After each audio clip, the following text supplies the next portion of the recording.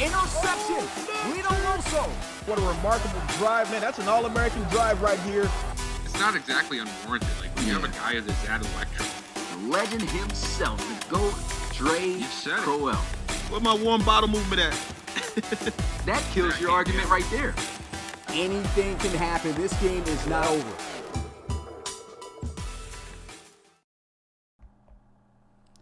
What's good, Relocation Football League fans? It's your boy Smitty here.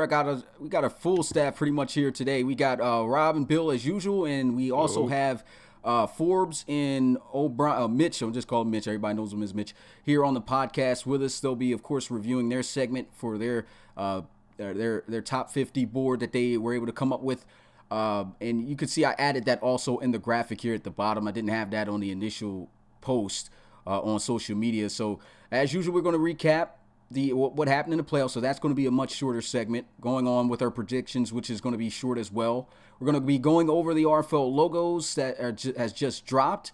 And I'll have another surprise after that. We'll be talking a little bit, short period about our partnership with Sector 6 and the merch and stuff we got on the way in the SBL for their Sim Baseball League. And like we said, we're going to close out with the top 50 board article that was just dropped by Mitch and Ford. So first off, I'm going to ask with the guys in here, how you guys doing today? You guys ready for this podcast, man? I'm ready, man. I wasn't even here last week, so I'm missing it.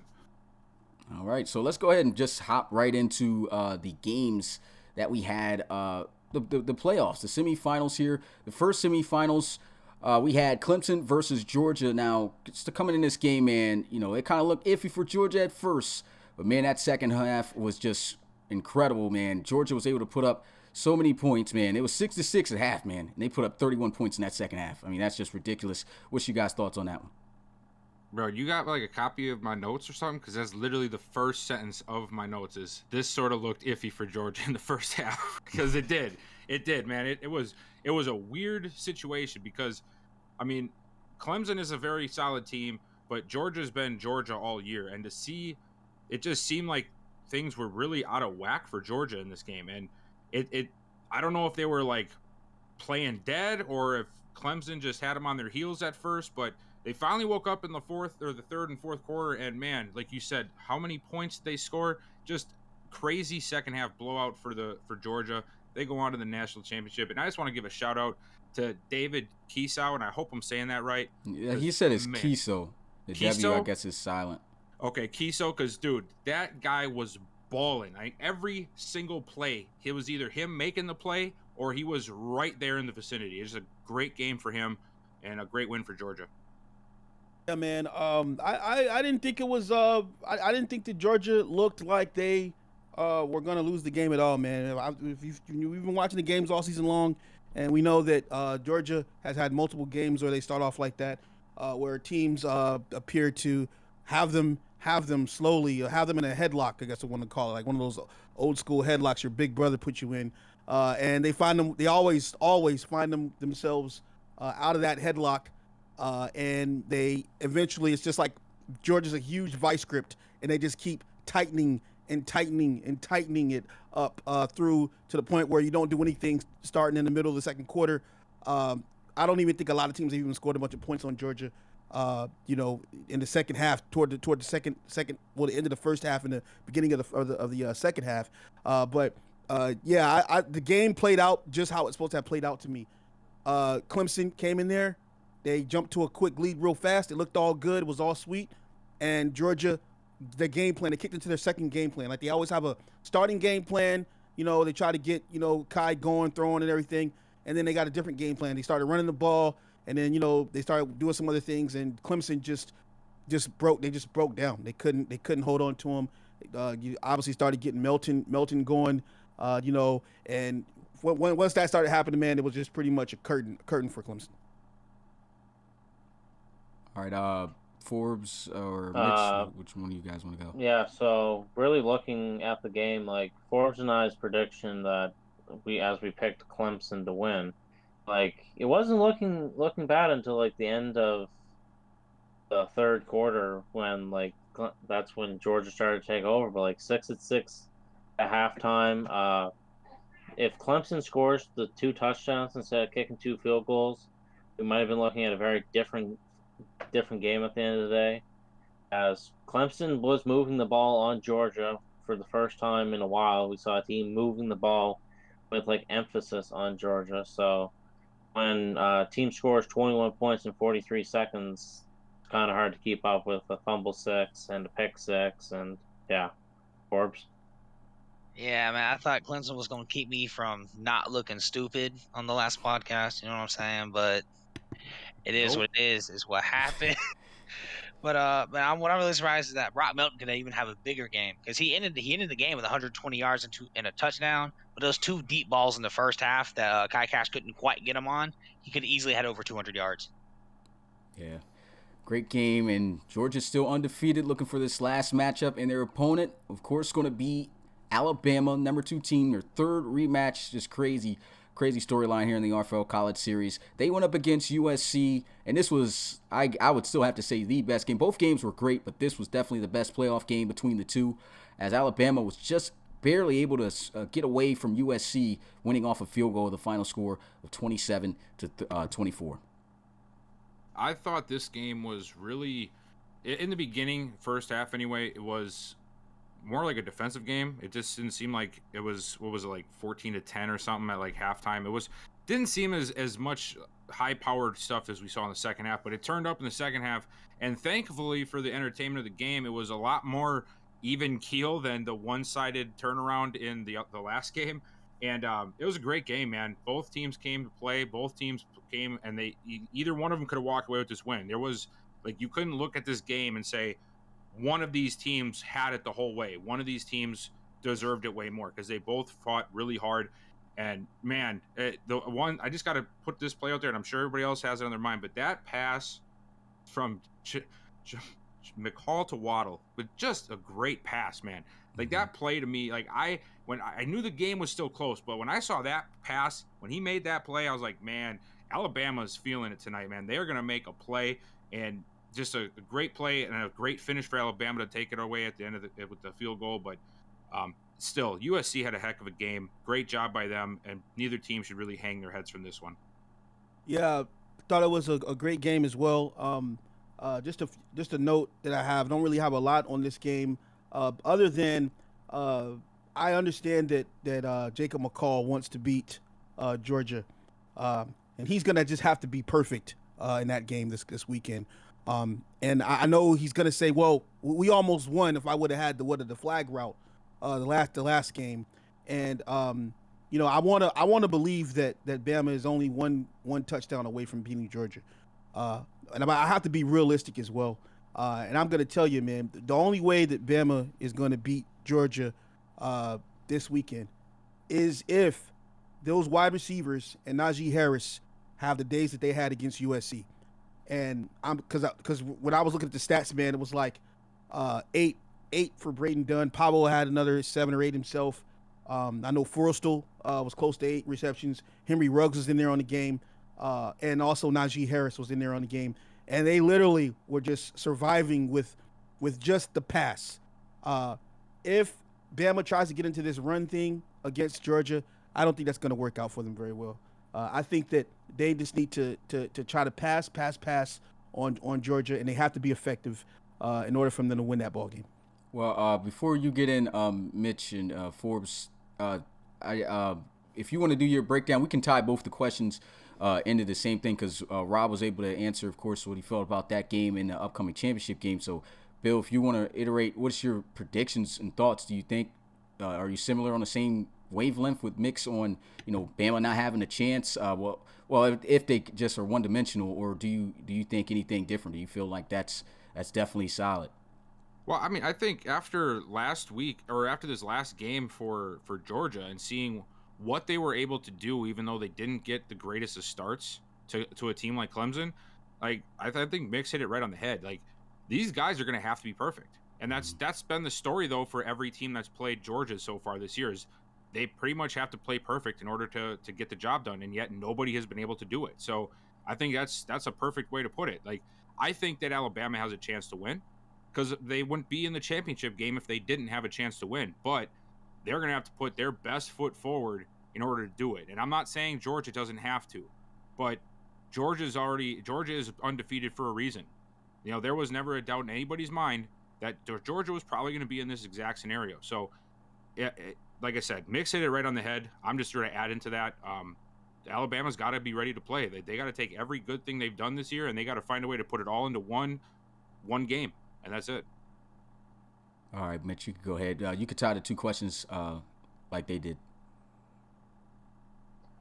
Okay, so when it comes to the Fiesta Bowl game, I honestly never felt like USC was in the driver's seat. Yes, it came down close, but when watching the game of how USC played against Alabama, it was very apparent that Alabama was the better team, as USC just struggled to get drives going at times. Alabama did have their fair shares of struggles to move the ball, and there was that interception by McCall and the interception by Gonzalez. Gonzalez's was much worse than McCall's. McCall's just needed to get a little bit more air on the ball, and that might have been a touchdown because Dunn was not done. Pavo was open behind Abbas, but Abbas just was able to cut the pass off. And looking at the national championship game, I'm going to go with Rob. If Alabama tries to get the run game going and it's not successful, and they keep trying to beat it to a pulp, there's not a chance that they're going to be able to come out with a win, because it's all about momentum. And once you start to lose it and it swings the other way, it's hard to get back. Like, you're going to have to get a turnover in Cash Kai if you're losing the momentum because of the run game. And relying heavy on the pass, McCall can do it, but at some point the run game has to show up for them to have a chance. Yeah, man. I mean, the best thing about USC was that they definitely looked a lot better than their last two games, but they definitely didn't look like they played good enough to win. And then Alabama just did what they had to do to go and win. In the championship, like everyone said before, Alabama has a chance, obviously, but McCall can't make mistakes. Alabama's offense can't make mistakes, because I don't think you can slow down Cam Perkins and Kai Cash. I don't think it happens. So I think it comes down to if McCall can outscore Georgia, but I'm not sure that's going to happen or not.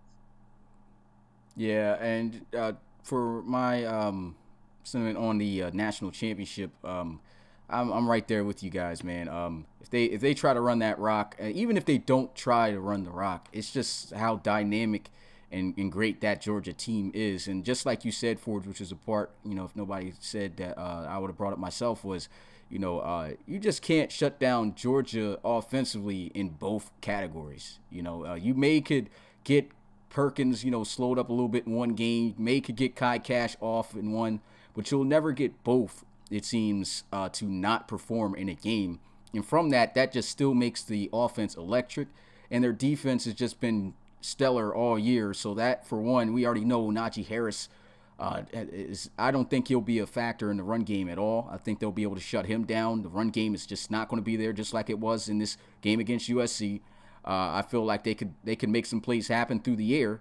But Georgia, of course, as we've seen, got some great defensive backs. Even got defensive backs that could tackle, like David Kiesel, player of the game in the Peach Bowl, man. Zamar Scruggs. It was crazy because Joey and Lettner was making some good catches, in the first half. And just like Rob said, this Georgia team is a team that, they can start out really slow in the first half, slower than usual that last game. But their comeback in that second half was just, textbook of what they've been able to do this season. And just seeing how they were able to, get back in shape just like that, you have to be a well-rounded team that can be consistent and attack all four quarters to be able to stop and beat a team like that. And I feel like Alabama, the biggest thing is their run game. If anything, to have an even better performance against Georgia, I feel like they should do exactly what they did against USC and use Najee Harris more catching the football, because he looked like it was a good threat. He was a good factor, big reason on why they won the game and got in field goal range. But, even that's going to be difficult. They got some really good linebackers like Alfred Walker, even defensive tackles that can even get off the line, off of blocks, and get down the field and hawk you down. So, with all those factors, I just feel like it's way too much for Alabama to be able to, contend and beat Georgia. But we've seen, from their last matchup, I feel it's a possibility. Of course, they got a chance to win. They can keep it close, but do they win it? if I had to give a prediction just like you guys, I'd say no. I don't think they have that chance of doing it come national championship day. But anybody else got anything to say on that? Or are we good? I think we're good. I mean, okay. We got a full we got a full round table here, all agreeing that Georgia's taking this thing. Yeah, that's the first. Yeah, pretty much. No, I'm voting Bama takes it. There we go, man. There you go. Okay. There you go. There Rob want to switch spot. Somebody's got to vote opposite. I'm never gonna vote against. Never gonna vote against Bama, even if I know they're doomed.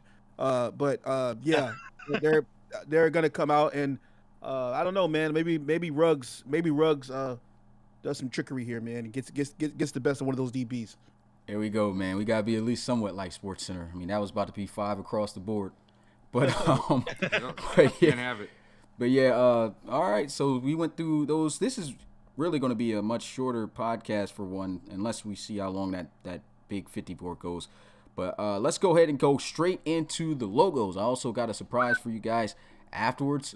So let's go ahead and first talk about. This is the only logo that's going to appear this big because Beazle didn't send in the ones that has the color around it and everything. But you guys already see what the logo is looking like. You see the color scheme. But let's go ahead. Nah, I didn't see it in the Discord. Bill, you sound so disappointed. I asked him to send it, but I know he's at the bowl game with LA Tech. Well, some of them I have. Rest in peace, LA Tech. I was watching Beazle. I saw it. Man. Oh, boy. Now I gotta watch it, man. I didn't even watch it. It was bad like that. Oh yeah, it was pretty bad. Who they play? TCU? Yeah. No, Georgia Southern. Georgia Southern, they lost? Yeah, they lost. Oh, wow. Oh, okay. Geez. Yeah, let me play another bell for that. Yeah, give a bell to Steve Beazle and his LA Tech guys. Unless for some reason they came back. Unless they came back and I missed it. But I went to the store. What time you tuned out the game? Oh, I tuned out when it was 30-3 and the D-line was going crazy, man. D-line was going crazy. 38-3 final. Oh, yeah. It was yeah, they scored again, too. They made sure to add a little extra. Yeah, had a guy named Adcock or something like that, man. The guy was destroying them, man. It was nuts. Shout out to Bees and LA Tech. Shout out to Bees, man. Not that game. Let's go ahead and just look at this logo, man. For one, what we're going to do, Beazle couldn't join us here on the podcast, but he will join us on the future podcast as we drop more logos to talk about, his mindset going into creating these designs. But we'll just give our opinions on it. Of course, the main front office guys like me, Rob, and Bill, all felt like every logo that we got was a great logo to represent the teams. And we'll just talk about it a little bit, just to give my opinion first on this about the Thunderbirds. I thought it was just a great logo for this team. It's very similar. I just felt like the bird was much more fierce looking, the type of look that you want a team that is as great as them to have, and I just feel like this is just a really good logo to represent these guys. That's pretty much all I have to say pretty much about this one. What do you guys got to say?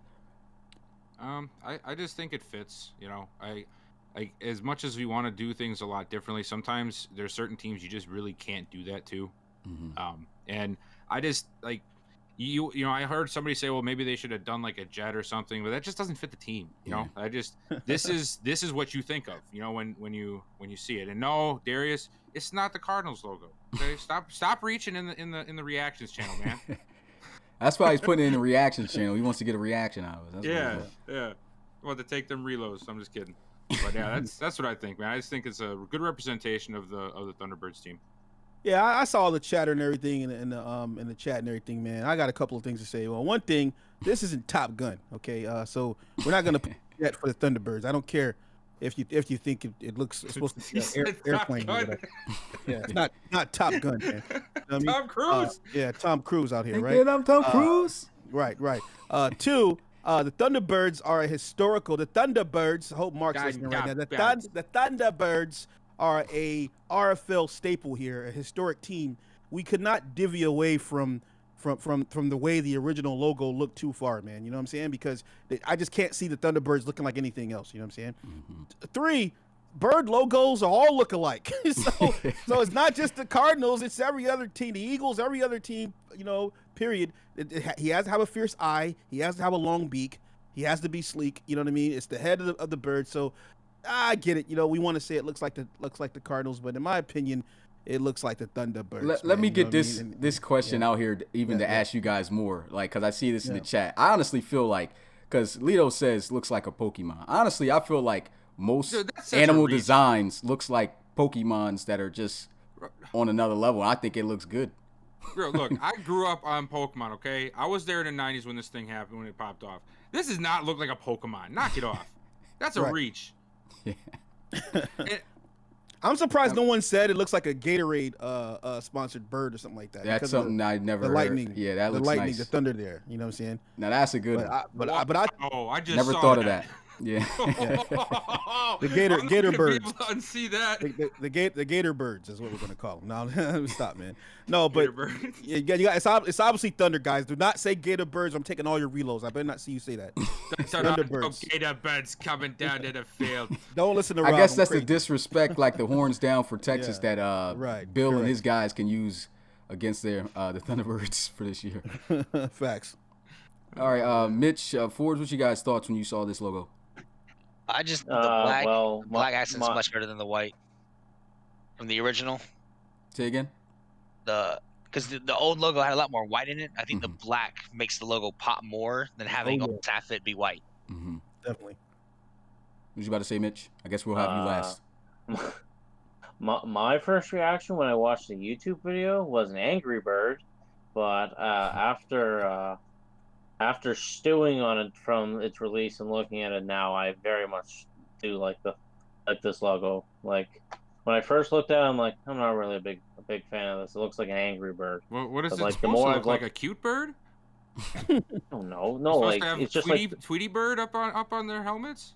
well, it's the color scheme of like the red and like the orange. You gave me like the red Angry Bird vibe. So I think It's you not- guys are being pretty bougie with these birds, man. I mean, what do you want it to look like, man? I mean, it's, Point out Oh, every I cartoon don't know. bird they can find.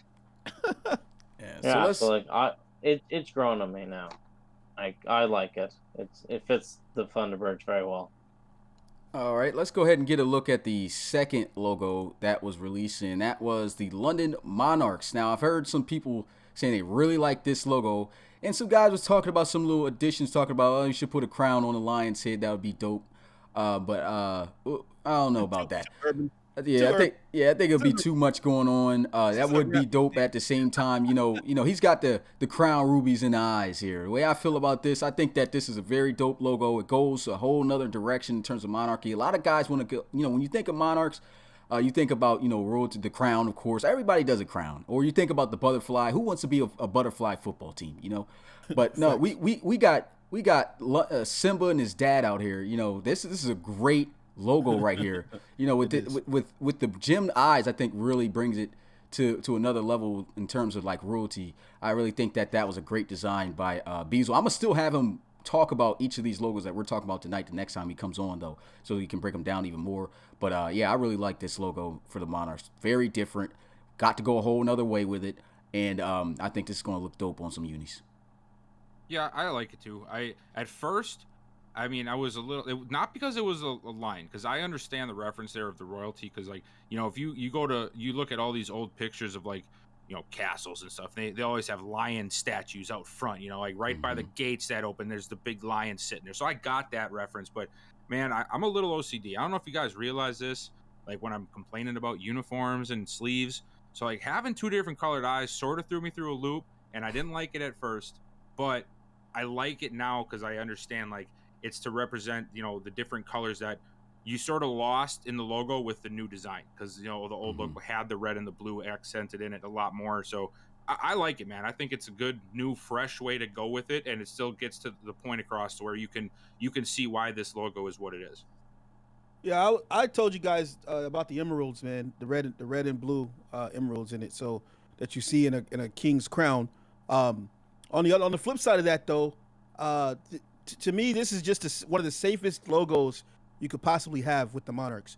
Well, when you have the name Monarch there, and so it's obviously going to be a win. People obviously are going to like it, and so I think it's fine. I don't think it's like extra.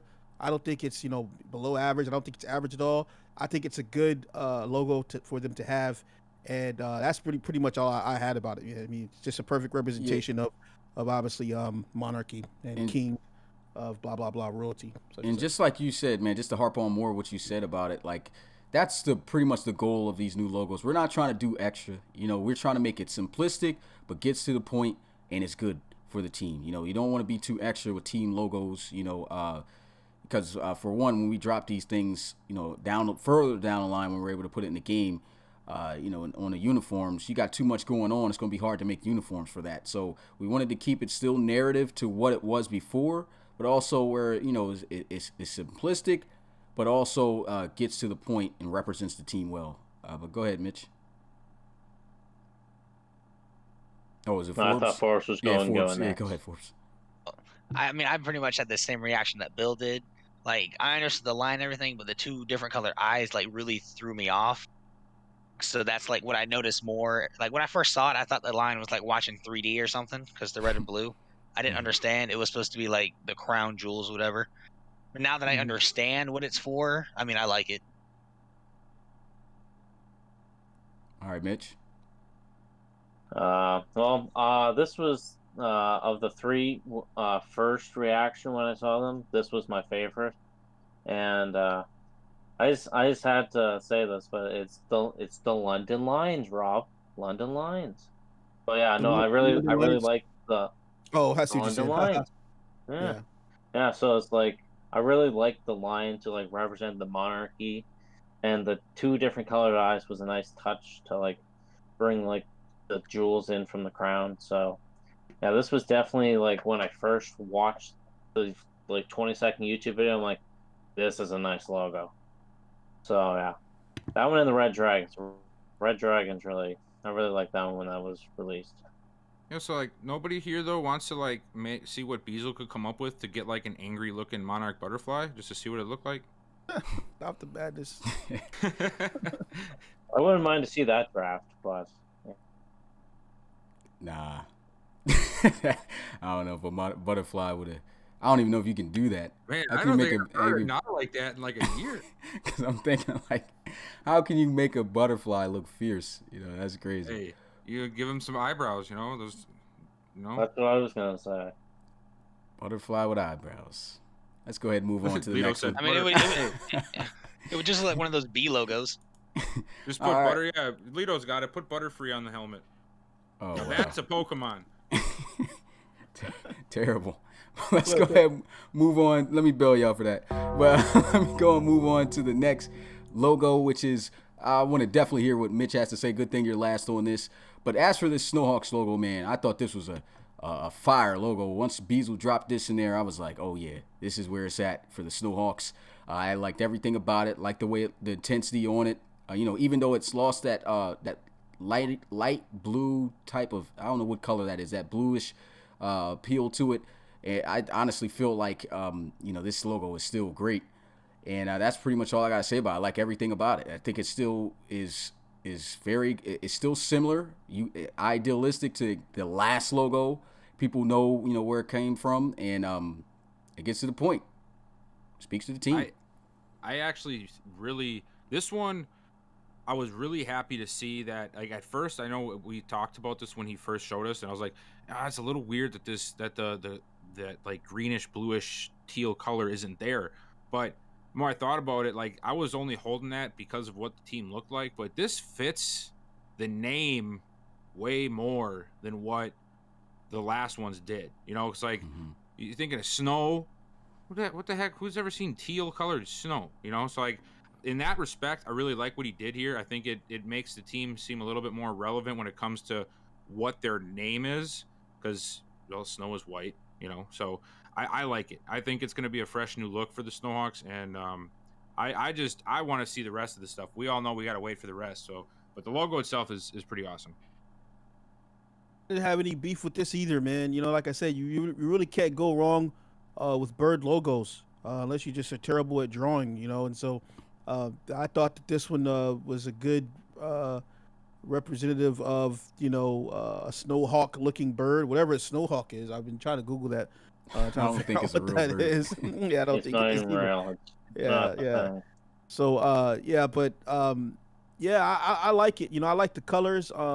I'm not gonna lie, man. I kind of want to see it not be so gray and more white, man. You know what I mean? Like, but that's just my only opinion. I mean, I like it, but I would like to see them in some all fresh, clean white unis, man, with a little bit of that yellow in there. We'll see what that would look like on them. But other than that, man, it's just I thought it was really, really sleek.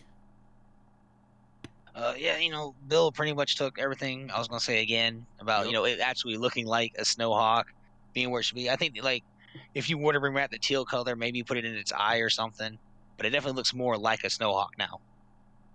Maybe the blue represents the sky. Well, guys, I just figured out what a Snowhawk is, and this looks nothing like a Snowhawk because apparently a Snowhawk is actually a snowmobile. So, oh wow, that's We might need to hit see Bizzle up on that. If there was such thing as a Snowhawk, I bet this is what it looked like.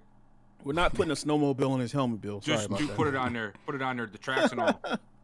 Wow. We'll get Mitch's opinion on that. Get a Yamaha sponsorship or something. That's funny. Yeah, so Forbes was honored enough to get my raw reaction because I was on the phone with him when the video Oh wow. premiered, and Another emotion? he'll be the It was like the same, like it went like 0.5 decibels down. I really like it. Oh, I really like it. Dead. Really Oh awesome. my Wow, God. okay. Throw the bills. Throw the bell at him. Hey, I really like it. If you get roasted, you get I'm belled. not even what I said. I'm not I'm not even what I said. Yeah, so like So about how he sounds Forbes now. was honored enough. Forbes was honored enough to get my raw reaction, and I'll be the first one to say, when I first saw it, I'm like, oh man, but like throughout Dude, the he was so afternoon, he was so disappointed when he saw it.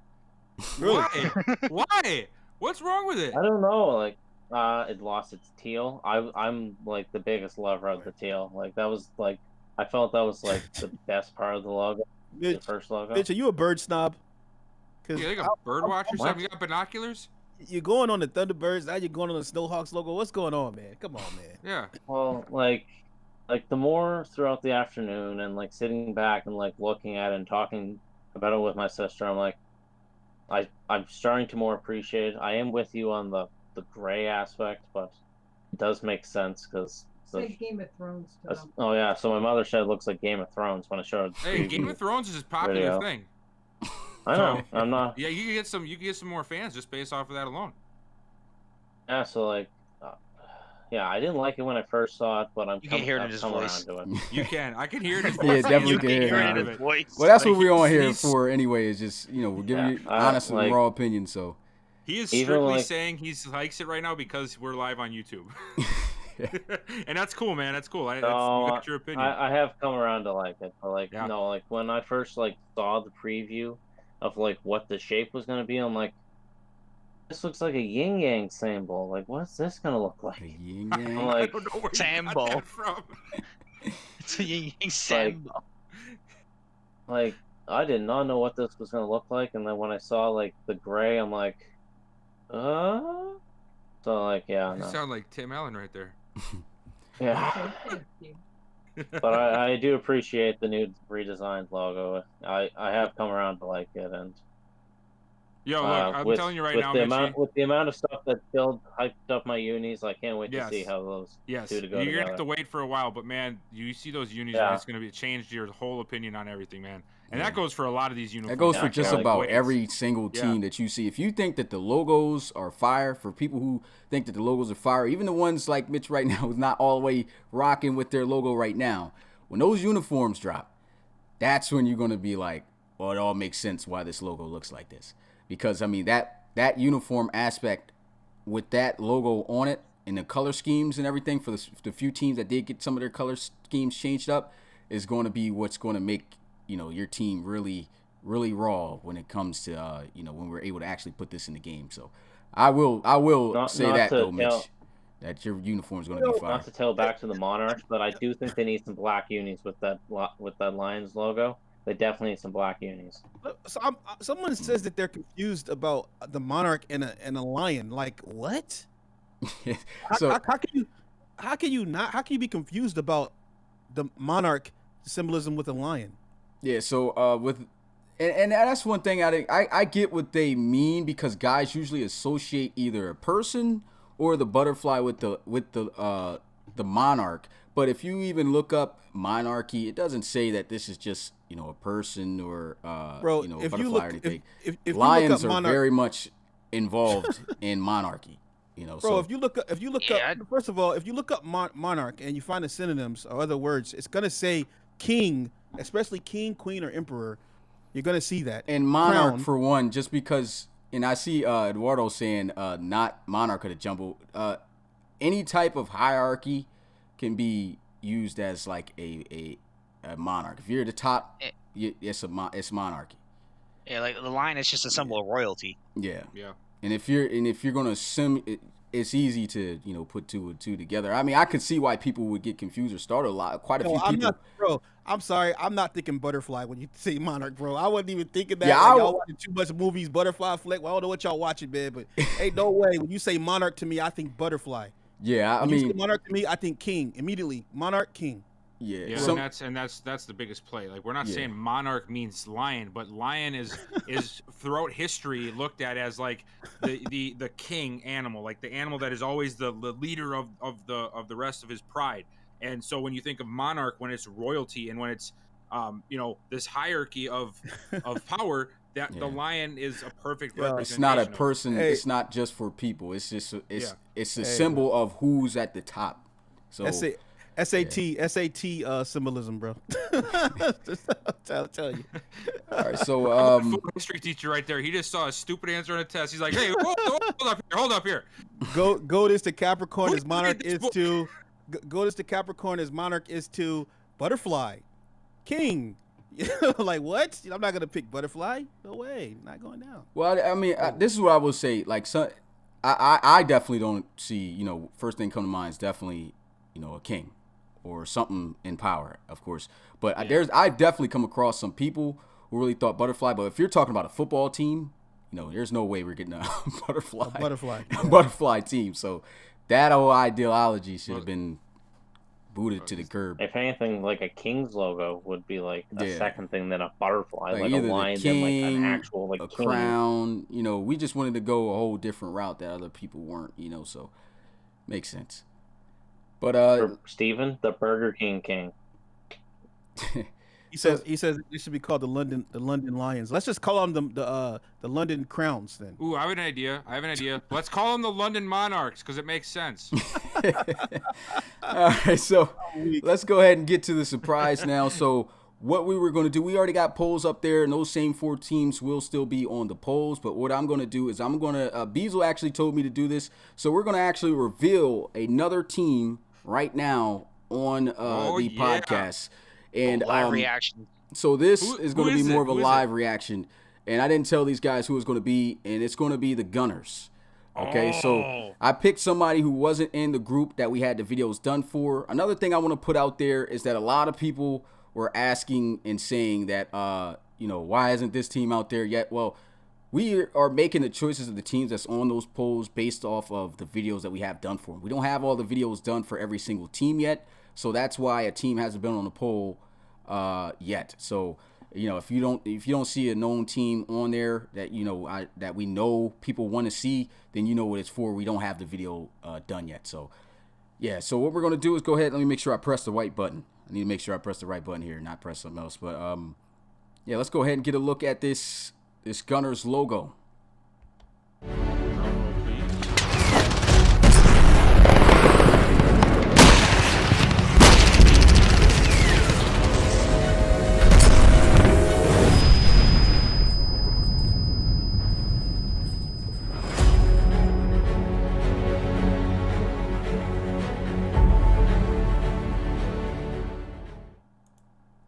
So with that, we just kept it basic. We kept it clean. We kept it, you know, Packers-like.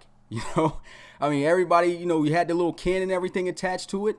But why not just keep with the G, you know? And you know, we left this one up to Beazle to come up with, and Beazle just, you know, came back with the G. When I first saw it, to give my true opinion on it, I felt, you know, I was just like, you know, maybe we could have did something else. But as I looked at it and started coming around to it, and he was starting to try to design something else, I was like, you know what, man? I think that's good enough right there. I think that people are definitely going to get around to that. It's going to look good on uniforms. Always the circular logos are going to match well on the helmets and everything. And so I just thought that got straight to the point, looked real good. I should have actually put the thing on there, but I didn't. Thanks, Markel. Yeah, so I didn't get to put that on there. But what's your guys' reactions on the Gunners logo? I'm like up in the air about it just because it is a very basic logo, but I don't really know what else you could have done. Like you can't just throw a gun on there. That's just gonna look weird, And I don't know, man. Like it's put an AK on there, yeah. Yeah, like you can't just be throwing guns up there in the background. How about that? Yeah, but like there's not really much you can do. Like what else are you supposed to do for that team? Considering and it's not like you can completely change everything they already are because they've been an established top contender team for how long. So I think it works. Yeah, man. I like it because I've seen what it looks like on the uniforms. But yeah. I do miss the cannon. I'd like to see the cannon. I would have liked to see the cannon in there some kind of way, but it just didn't work for how he, envisioned it and everything. And it does have the Green Bay look to it, and I'm cool with that because it's at the end of the day, it still has the G, it's still the same colors, and it looks really good on the helmet. That's all I can say about it. So, that's my thoughts. Yeah, I mean, I don't know what else you can do with the team called the Gunners. Yeah. So, I think that's the best possible outcome you got. Yeah. Mitch didn't even want to give his opinion. Oh, there he is. I'm gonna be honest. I clearly don't look at the Gunners normal logo right now because when Rob's I missed the gun, I literally had to go look at the emoji to see what the emoji looked like. But wow. Basic, simple. Sad. You been how long? Oh my God. I'm gonna be honest. I feel like I've already saw that logo when we had a graphics tab for all the coaches to talk to Beasel. He posted 2 logos in there, and the Gunners was one of them. So, and then he had deleted it. So he probably. I guess I already saw that. But okay. He's gonna peek. Drop something there. About it, he just took the cannon off of that, right? Just about, yeah. That's what I thought. I think the inside G looks slightly different, but he pretty much just took the that's what he did. Took the cannon off. Went from being a wheel to the logo. Yeah. All right, so I didn't get to put the matter of fact. Let me see if I can do that. Sound effects. No, I was gonna put something. We're already past that. I'm gonna actually drop the video to that after the podcast so you guys can see it. So we'll just do it like that, and I'll post it up on social media. So there's no need to show it now. So with that being said, let's go ahead and talk about this partnership that we were able to get across with Sector 6, man, and Sim League SSBL.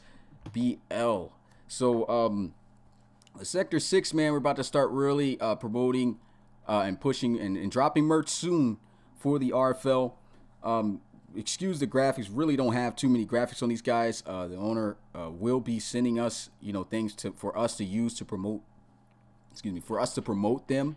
So right now, this is what I was able to pull from the web for Sector 6, just the logo, so you guys know what it is. We worked with them before, but he actually reached out to us this time, the owner of it did, and we talked about Sector 6 before, and we had our opinions on it at first when we was with it.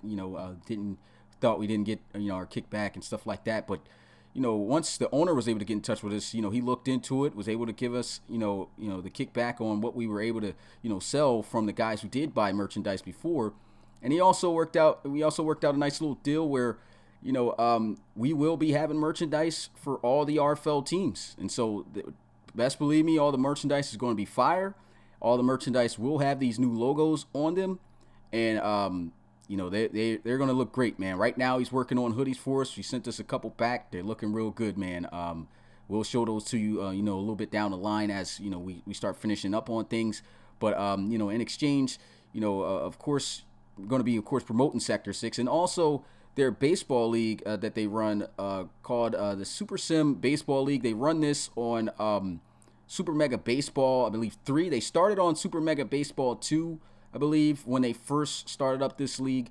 And now they're on number 3 of the game. And you can see the teams right here that they have involved with it. I believe that, the 16 teams. And so if you guys are interested in baseball, and you want to watch out games, play out, watching them, then make sure to check out, the SSBL, the Super Sim Baseball League. Once again, we'll be pushing them a lot more and promoting them, in certain areas of the games.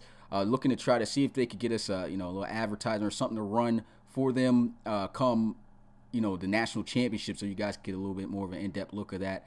But so we partnered up with them, and we're going to be pushing them on this. We're going to be pushing Sector 6 on this. So, if you're interested in baseball, go ahead, check it out. And also, of course, with the Sector 6, man, look out for that merch, because that merch is going to be fire, man. What's you guys' thoughts on this? You guys want to say anything, Bill and Rob? Well, I think I'm just happy that we got it all worked out, because we had other options that we tried for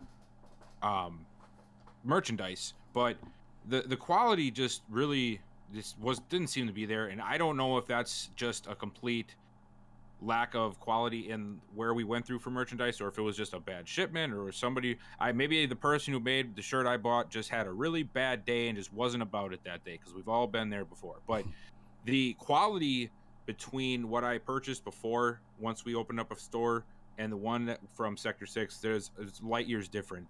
The stuff from Sector 6 is legit. I got a hat and a sweatshirt from there. The sweatshirt is amazing. I'm really excited about not only what we're able to bring the community, but the quality that we can bring to the community, because that's just as important to me as what's on the merchandise itself, is the quality of it. Because we can't be having people running around here with crooked logos and things half faded before they even wear them once, and it's just a bad look. So I'm glad that we were able to get a really awesome thing worked out with Sector 6. It's going to work out for us, work out for them. It's going to be a pretty good relationship, I think. Yeah, man, I'm pretty happy about what I've been seeing and hearing, and so I'm very hopeful. But as most of you know, man, I do like to support the RFL however I can, and I've bought a ton of gear, man, from other stores. And as Bill says, if it ain't right, it ain't right, man. I'm looking at a towel that I turned into a flag. Exactly what item we were going to talk about. On my wall right now, and I swear someone didn't pass math class as far as diameter and radius goes of a circle, because the RFL logo is probably about a half an inch away on one side and a quarter and a half, 1.5 inches from the other side. So, and then on top of that, it's nappy, and I can't seem to get the flint and all this other stuff out of it. So lint, I'm sorry. But yeah, so really, really hoping that this is going to be a new age for us here with the Sector 6. Glad that they were able to get the monetary issues resolved. And the Cougar gear is going to be the most official store. I'm just going to let you know that. So thank you. Shameless plug. Yeah. So what we're going to do here. You guys... well, my opinion on this is I'm very happy to see that we've got our official partnership with Sector 6, and that team stores will be opening in the near future. Because I remember when this first started and we got the Sector 6, and it was like things weren't looking too great. I actually have a shirt from another league from Sector 6, great quality, really like it. I wear it quite often. And then I actually joined their baseball league Discord. Great community. I haven't got to sit down and have heart-to-heart conversations with them like I have in the RFL, but they're very very nice when I joined. Everyone said welcome, and everyone seemed to welcome me as a new member. They were excited when the buddy who runs Sector 6, Jay Watt, posted that he was going to be putting a link in for the RFL. There was quite a lot of people were excited about a football simulation league that they would be able to join. That the players that they'd be able to have a college player in, and they were looking forward to checking the RFL out. So I was happy to see that it's mutual, that we're going to support them, and their community is actually looking forward to coming to ours. So I was happy to see that. Smitty, please cue Barney. I love you, you love me. We're a great big family. Lord have mercy, man. That's crazy when you just talk about this stuff. Bad, oh bad. Do you want to say something about this, Forbes? Oh, I'm just ready to get me a Diablo's hoodie. All right. Yeah. So, yeah, that's pretty much all we had to cover here. This podcast it's still not even hasn't even touched an hour yet. So, yeah, this is going to be much shorter than usual. That was our last main topic to talk about. So what we're going to do is we're going to go to the top 50 board, and let me see. I think I need to sync a key to this so that I can pull it up on the website. Because let me see. I'll see if I can.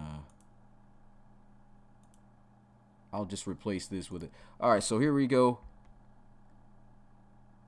Is that it? Let me go ahead and see if I can. I probably got to pull it up on the website. Let me know if you guys see it on the stream, because I can't see it. It's probably a good thing that we got extra time, because I feel like, I mean, at least I'm assuming that people are going to ask some questions on this, considering a lot of our community our main community guys are in this series here. Oh, I see why. Oh, that's the Gunners thing. So what is going on here? Okay, there it is. All right, yeah, I was pressing the wrong thing. All right, so this is if you haven't already, make sure to check out our website, relocationfootballleague.com. You can see it up here. And then in the RFL news, just dropped this 2 hours ago from our guy Bill. Hey, look at that awesome logo next to it. Yeah, how about that, man? And we got already got over 100 views on it. That's great. If you want to check out the top 50 and expect it yourself, make sure to go to our website and check it out. Let's go ahead and look at it while we're up here. And as we're looking, of course, we're not going to be able to run through this whole list because that'll take forever. But so what I'm going to do for the guys who actually already read through this list that's in the chat right now, you feel like giving your opinions, or you want to question the guys who made this on why they felt these players should be here, so that they can have their reasoning on why they felt, their comparisons and everything they put in this article was great. Then please put it in the chat. They'll read it. They'll answer it. And this will pretty much lead into the Q&A. You can see, number one, I guess I'll go down the list. This will be pretty long, but we got Jermaine Taylor. I'll just read the names in order. We got Jermaine Taylor, Daryl Johnson, Jacob Reed, Lito Loso, I keep messing his name up.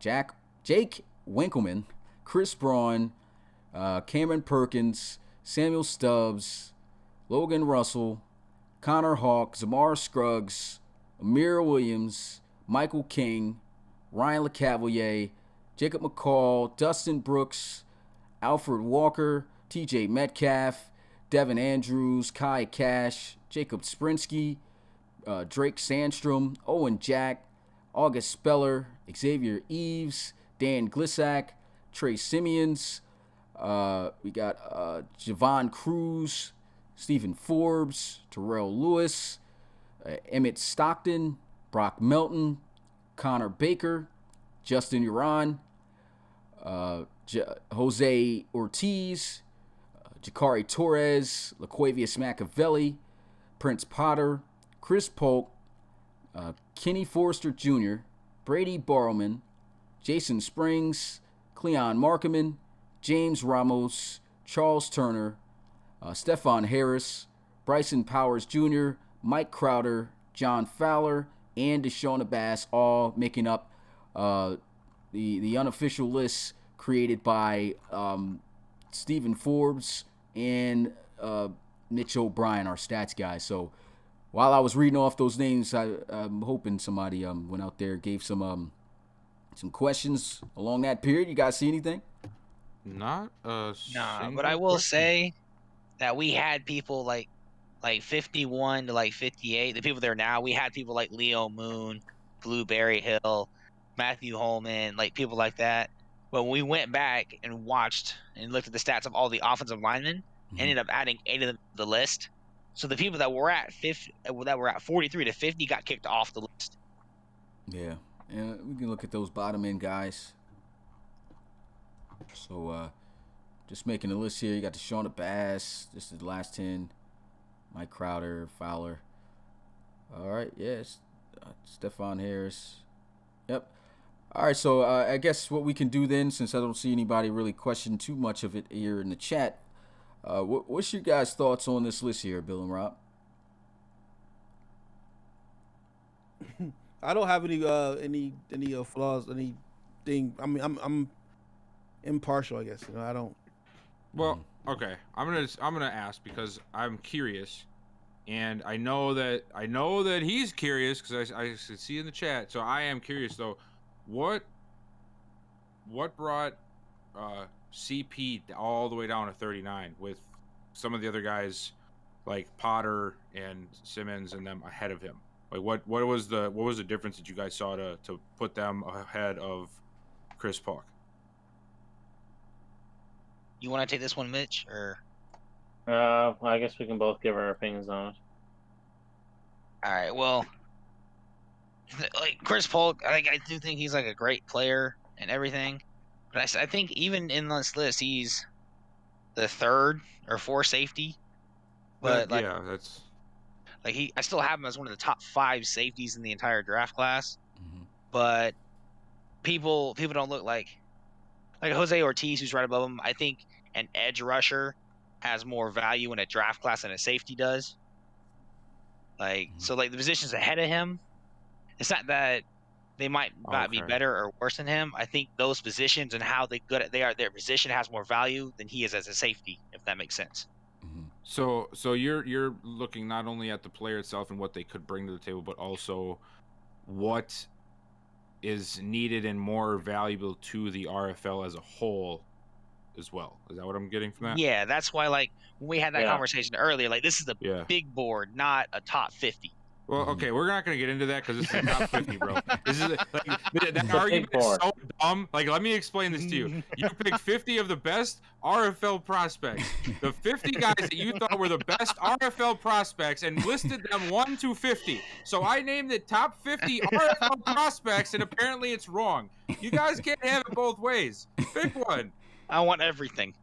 It's the big board. We picked it. We gave the title. I'm telling you right now, I don't know where you got these definitions from, but the big board and the top 50 prospect list is the same dang thing, all right? You guys are so weird with this. But yeah, that's why he seems low, but I still he's still one of the top 10 DBs in the nation. I just think these guys at their position have more value in the draft.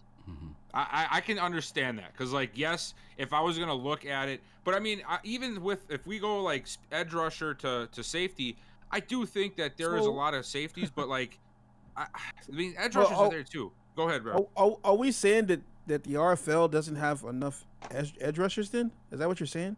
You're in our upcoming draft, you think that edge rushers are going to be no? I think edge rusher is probably the weakest position in this draft.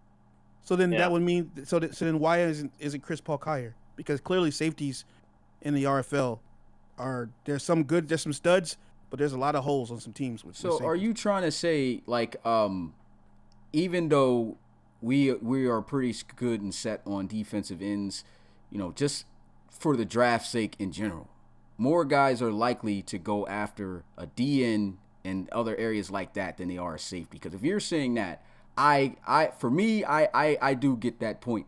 Is that what you're trying to say? Yeah, kind of like that. If you can change, if you can pick between someone who gets pressure, there's less DNs and there's more safeties. Okay. This edge class I wouldn't personally define it as that great. So if a coach is going to be taking an edge player, they're more likely to take one of these edge players over a safety because yes, Chris Polk is great in himself, but maybe you can find a player that's just a little less than Polk in the next round, but you're not going to find an edge rusher that's just a little less than the next guy. I feel like there's a fall off in the edge class where the safety class is more well-rounded. Our top 3 edges, I think it's TJ Metcalf, Javon Cruz, and Jose Ortiz. Those 3 are by far the best 3 edge players in the draft. And after those 3, there's a huge drop-off in talent. Whereas safeties, after Chris Polk, you still have people like Blueberry Hill, the 2 safeties from Texas, all these other people. That Polk is still better than them, but you're not losing as much value taking a safety after Polk as you would be taking an edge rusher after Ortiz. Gotcha. All right, then I guess that's pretty much all we had to cover. You guys got any more points, or we good on this? If you guys, once again, who are watching, want to go ahead and read this, because these guys did a good job breaking down, why they placed these guys here. You can see they've got the pros and cons in here, right? I think everyone has at least a pro, but we didn't give a con to every single player. Okay. All right. So, yeah. So, but you got some in here. You're saying then?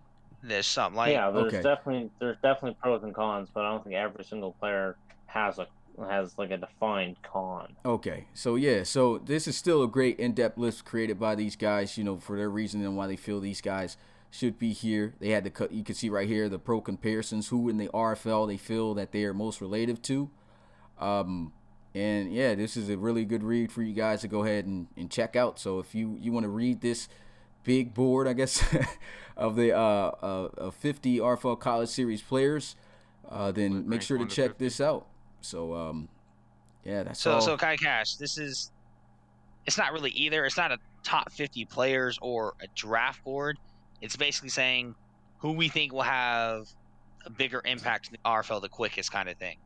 Because this is by no means the official draft board. Yeah. Well, and like I just explained, it's no means the top 50 players in the class.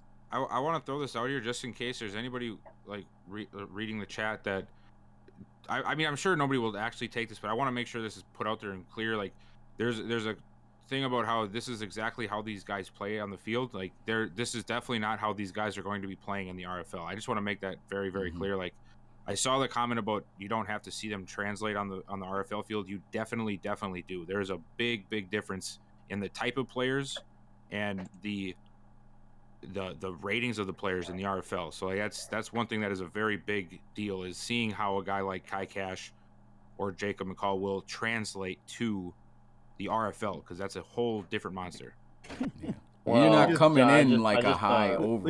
We just had a whole series for fun, just to waste our time. Yeah, I get it. Yeah. I just saw Cash's comments like, "Show me a quarterback that throws a better deep ball than me," and a prime example happened twice against USC. As my writing is, his only knock on Cash is he struggles to hit the deep ball outside the hashes. He had 2 balls to Brock Melton that were outside the hashes, deep down the field, and both of them were. Or Clemson, sorry. Like he had 2 deep balls down to Brock Melton. One was overthrown, the other one was underthrown. So I think that, if anything, accentuates my point of struggles to hit the deep ball outside the hashes. Mm-hmm. There's other examples, but like just in this last game, there was 2. What is Kai saying that's not true? What is Kai saying that's not true about? What Mitch just said is what he's saying is not true. Well, this is another thing. Of course, if you feel like you guys doing that, keep, have your opinion on it and everything. But another thing is, not everybody, definitely not everybody in this class. I don't care if you're Daryl Johnson, just won the Heisman of the RFL College Series, is perfect. There was definitely some down moments for every single player.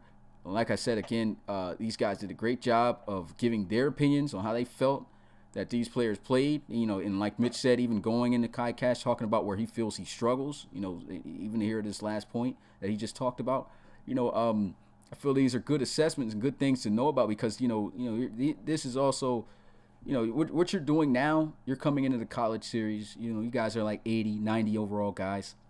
When you get into the RFL, you're not going to be around there. You're going to be playing against guys who are the level that you were in college at the pro level with X factors and abilities that are going to light you up, and you're going to have less time in the pocket. You're not going to perform the same. You're going to be around the same. That's what I hope to try to do, to have you at least have the same playing style while I'm building this class. But there will be a difference, like Bill was saying. There's definitely going to be a difference when you play in the RFL. For the most part, definitely a low percentage of people will even be able to start in the RFL. And even those who do, you will see a difference between a guy who's been there and a guy, as a rookie just now coming in. It's definitely going to be a difference. Yeah, and then let me just elaborate on what I said. Like, I wasn't saying that somebody who's in the college series is, breaking dudes out of their cleats on a run play isn't going to do that anymore. I'm not saying that they're going to be a different player. All I'm saying is the guys that are completely destroying game plans every week in a college series are not going to be that same destroyer of said game plans against an RFL team, at least not right away. That's all I meant by that. So, like, You know, you have like, who was the best college football player in the entire country last year in real life? You know, who was it? Burrow. Joe Burrow. Yes. Yeah. Was Joe Burrow the best quarterback in the NFL this year? No, he wasn't, because that's just not how it works, and that's basically how this works too. So I just want to make that clear, that I'm not saying that nobody's going to play the way they're supposed to play. I'm just saying they're not going to be the top performer all the time like that, because that's just not how it works when you get to the pros. And even to add to that, like, think about the RFL top players in general anyway, you know, that came into the league. Top guy, I would have to say, in not this past draft, but the draft before that, played as a rookie in the RFL, you know, Anthony Savoy won Offensive Player of the Year. That guy definitely struggled throughout the season. He won a championship, but he was not throwing dots all season. He really struggled. His defense really carried him for the most part that entire season. He showed up in big games, you know, closed out with his running, his scrambling. But that's one player you could talk about, you know, from looking at his play from a rookie year. Another one is, you know, guys already seen he came in a really decent overall, plays for the Sentinels right now, starting quarterback with Deandre Wilkins Jr.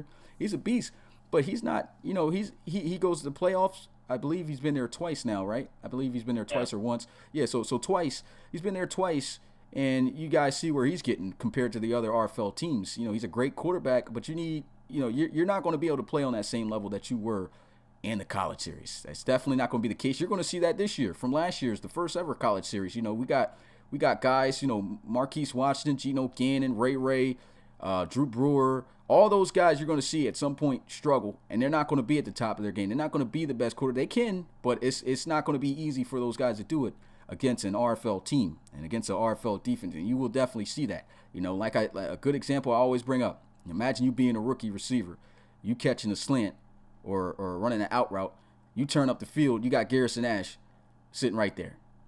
Now, he's going to blow you up, but he's not just going to blow you up. You're going to fumble. You know, your whole morale's going to go down. Like, you're going up against the GOATs of the RFL. You know, you got strap-up corners. Let's talk a little bit about Bill. You know, his cornerback on the outside, man.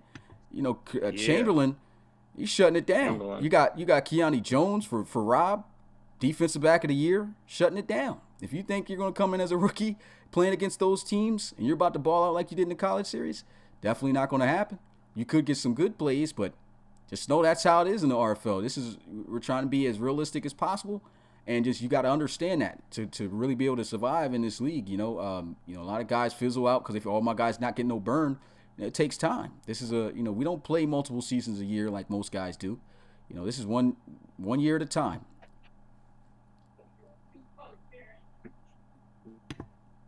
Yeah. Yeah. So I think What he said. Bill said, "Yeah." Yeah. So I guess right now what we could do is take open questions.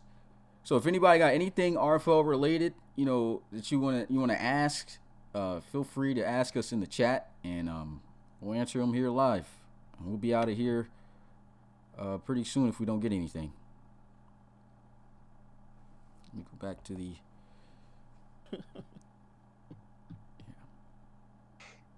Leo, okay, there's a good one.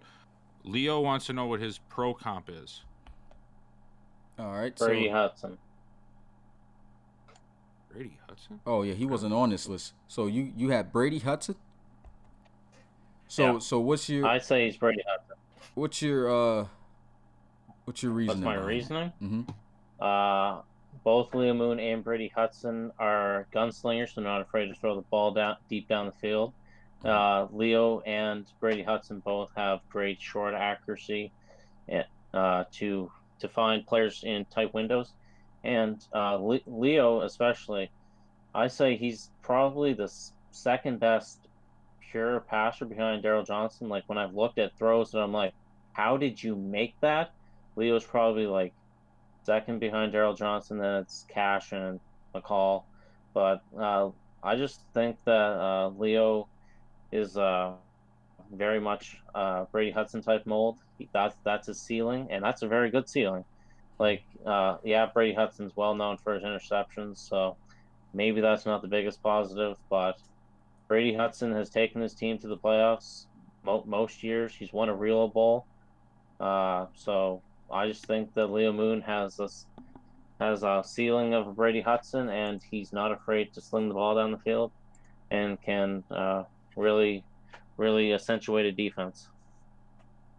Yeah, I thought I see the ceiling that Mitch is talking about as far as Hudson goes, but I thought he was coming in comparable to that guy out there in San Diego, man. That Savoy. guy throws. Yeah, no, San No, Diego. Oh, you're talking about Ben Wakefield. Yeah. Oh yeah, 'cause- Wakefield. 'cause That could be a that guy similar doesn't one, make too. mistakes. He doesn't make mistakes. He throws dots, and he's pretty good, pretty smart. So, but I thought he was kind of coming in at that kind of, or maybe he could get to that stage really quick, and then over time he'd probably become that Hudson. You know what I mean? But I don't know. You know, Because those are two really good comparisons. I'm going to lean more. I guess I can see where you're coming from. Both guys play really well, get a lot of yards, make a lot of crazy plays. I do believe that Leo had himself a bit of a INT problem this year, right? Even with that, he was like second in interceptions. Yeah, so he was up there. But, like you said, you do get to see his ability also to, make those big plays and things like that. And, still able to throw touchdowns, more so probably than, his interceptions, hopefully, coming into the RFL. But those are two really good comparisons when you talk about the ceilings of that kid. So, yeah, I'm around those wavelengths. We're still on this topic here in the chat, so I better just address this. No, any stat can be changed before they come into the league, Eduardo. Just because somebody is the fastest guy on the team in college does not mean he's going to be the fastest guy in the pros. So yes, you can nerf speed, you can nerf agility, because you got to think about it. When you're in college, there's how many different colleges in the entire country, and each college has what, like 50, 60 players on it? I know don't they usually have even more than the NFL teams do? Yeah, more. Cost about 103. So 100 players per team, a heck of a lot more than 32.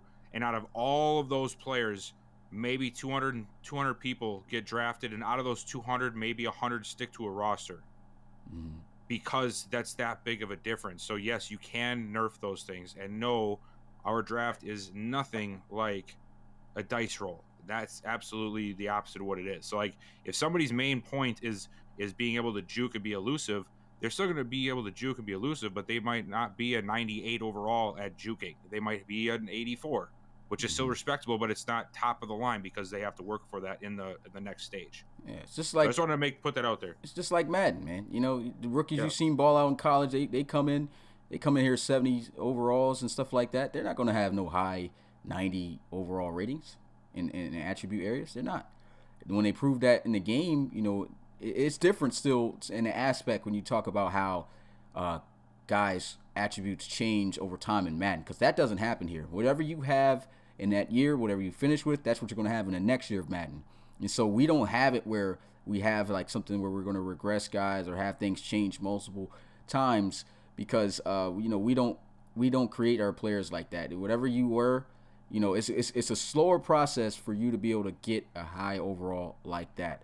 And that's more realistic to real life. You can build up to that. If you're balling, you're going to start getting those dev upgrades and things like that. And based off what you get, you'll get it. And also with our Reload Bug program, which is going to be coming real soon, that's going to help you dev faster and be able to, attack those areas to be able to bring out your game more, to get you on the field someday sooner than, it would have been if it was just Madden alone. So, yeah, that's the way you got to think about it, man.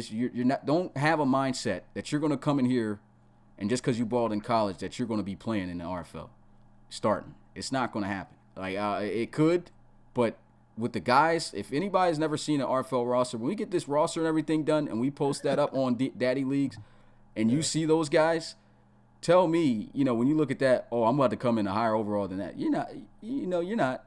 It's just not going to happen. It's not going to happen like that. You're not going to come in here balling no 80s overall. God, and we even talked about it. We even talked about even our draft class has been OP in the past, and even some of those guys still aren't even starting. So, the overalls are dropping even more. And, I'm finding even better ways to create players so where they can be more like themselves instead of, having the awareness of, I saw that awareness was an issue on why I couldn't really spread out the attributes and areas to make them play more like like themselves. They're still similar, but maybe a little bit less than what they should have been coming in. But, that's not going to be a problem. That was only for like a handful of guys. So just don't come in here expecting to be a starter right away.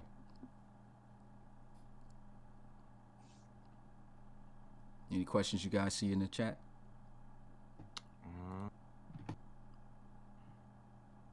No, not really. I can go back up though. Maybe I missed one or two.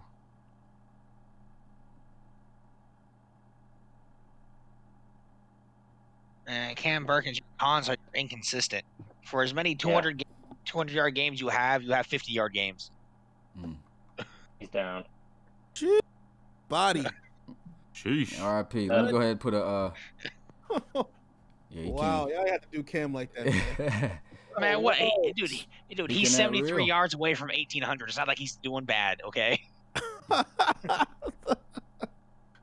Wow. Why is this not? Get ratchet after 9 o'clock here in RFL, man. For some reason, it's Oh, not showing the page. Yeah, but he explained. I guess we're just gonna leave that to back to the intro. But yeah, I did see that too, man. He had some great games, man. It was 200-yard games and everything. But what he had last week? He didn't have 100. 64. Yeah. 64. Yeah. He had 64 last week. Yeah. Oh my God.